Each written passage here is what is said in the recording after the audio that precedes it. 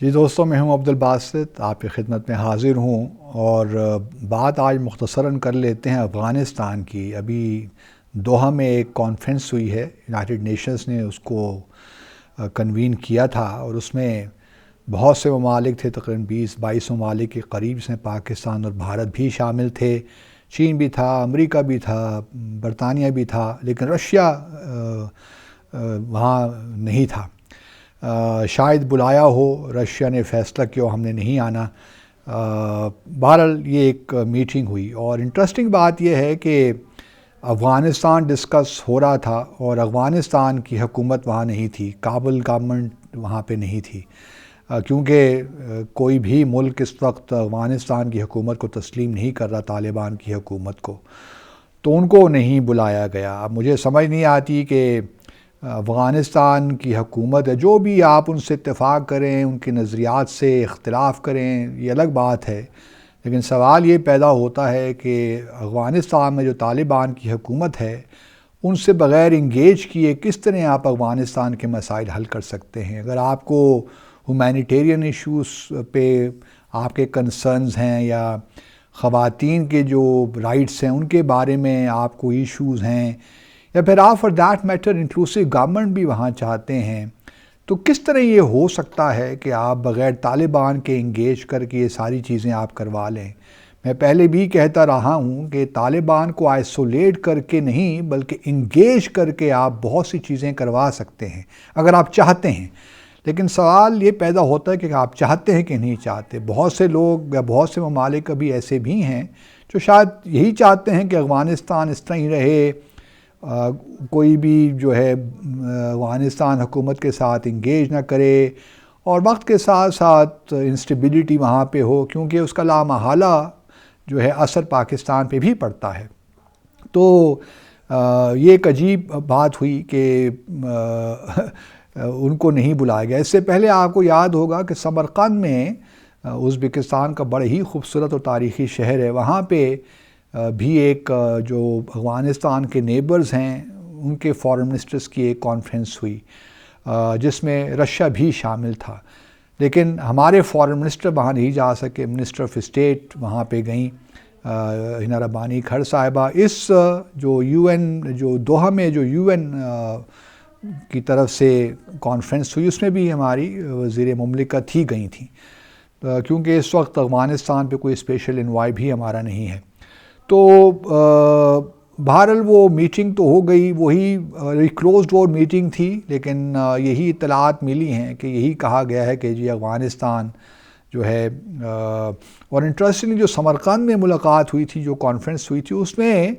وہاں جو افغانستان کے فارن منسٹر ہیں امیر خان متقی، وہ وہاں پہ موجود تھے، لیکن بہرحال ان کو وہ کانفرنس اٹینڈ نہیں کرنے دی، انہوں نے بائیلیٹرل میٹنگز اپنی کیں۔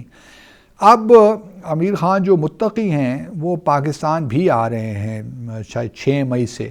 اور یہاں پہ چین، پاکستان اور افغانستان کے درمیان ایک ملاقات ہوگی، اور امیر خان جو متقی ہیں، چونکہ وہ یو این کی جو لسٹ ہے 1267 کمیٹی کے تحت، اس کے تحت ان پہ پابندیاں ہیں، ان کے ٹریول پہ،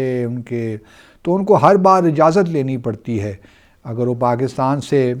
اپنے افغانستان سے باہر جاتے بھی ہیں۔ تو ازبکستان کے لیے بھی یو این سیکیورٹی کونسل جو کمیٹی ہے، انہوں نے اجازت دی، پاکستان آنے کے لیے بھی اب اجازت ان کو مل گئی ہے۔ تو یہ صورتحال ہے افغانستان کی، اور میرا اپنا خیال یہ ہے کہ یہ پاکستان، چائنا اور یہ جو میٹنگ ہے یہ بڑی امپورٹنٹ ہوگی،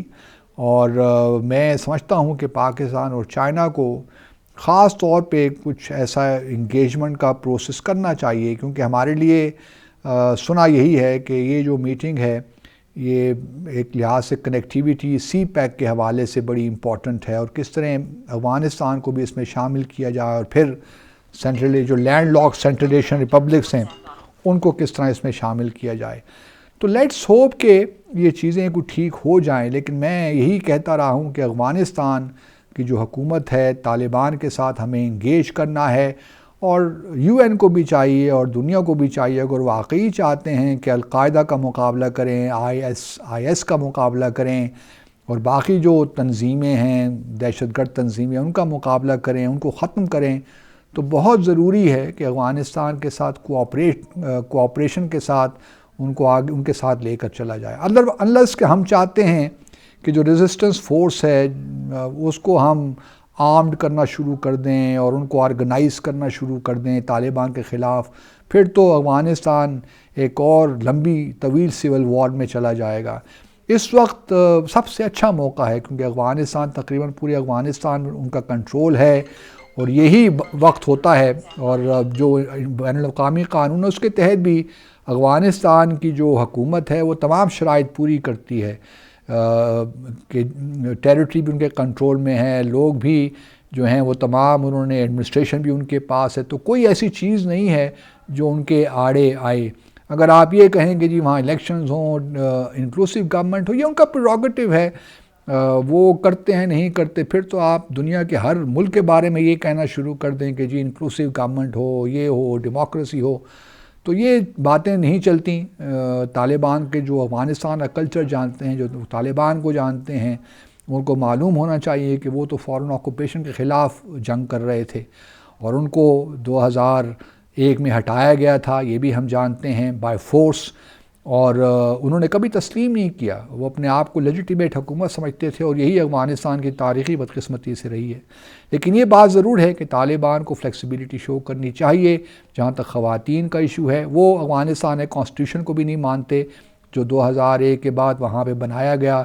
اس لیے وہ 1962 یا 64 کا جو کانسٹیٹیوشن ہے جو ظاہر شاہ کے زمانے کا تھا اس کو وہ تسلیم کرتے ہیں کسی حد تک، بٹ اس میں تبدیلیاں کریں گے. اب تو اس وجہ سے تھوڑا سا وہ اپنا ٹائم لے رہے ہیں اور اپنے آپ کا جو ہے اپنا ہولڈ کنسالیڈیٹ کر رہے ہیں. لیکن دنیا کو بہرحال سمجھنا چاہیے کہ طالبان کے ساتھ کس طرح ڈیل ہم نے کرنا ہے، یہ بڑا امپورٹنٹ ہے. تو لیٹس ہوپ کہ جو پاکستان میں سمٹ، جو فارن منسٹرز کی میٹنگ ہونے جا رہی ہے چائنا، پاکستان، افغانستان کی، وہ ایک لحاظ سے صرف باتوں کی حد تک نہیں بلکہ ایک لائحہ عمل تیار کریں گے کس طرح ہم افغانستان کی حکومت کو ساتھ لے کر چلیں، اور افغانستان کے لوگ جو پچھلے کئی دہائیوں سے سفر کر رہے ہیں ان کو اس مشکل سے نکالیں. اور یہ اسٹیپ بائی اسٹیپ ہی ہوگا، اور طالبان کو انگیج کرنے کے بعد ہی ہوگا. طالبان کو آئسولیٹ کرنے سے کچھ حاصل نہیں ہوگا، یہ بے مقصد چیزیں ہیں. اس لیے میری دوبارہ یہی گزارش ہے تمام اسٹیک ہولڈر سے، خاص طور پہ جو افغانستان کے نیبرز ہیں، کیونکہ اسپوائلرز تو بہت مل جائیں گے آپ کو، لیکن افغانستان کے نیبرز پہ یہ ڈیپینڈ کرتا ہے کہ وہ کس طرح ان معاملات کو آگے لے کر چلتے ہیں اور افغانستان حکومت کے ساتھ انگیج ہوتے ہیں تاکہ یہ معاملہ جو ہے ختم ہو، اور ہمارے لیے تو بہت ہی امپورٹنٹ ہے. So let's hope for the best. Thank you very much.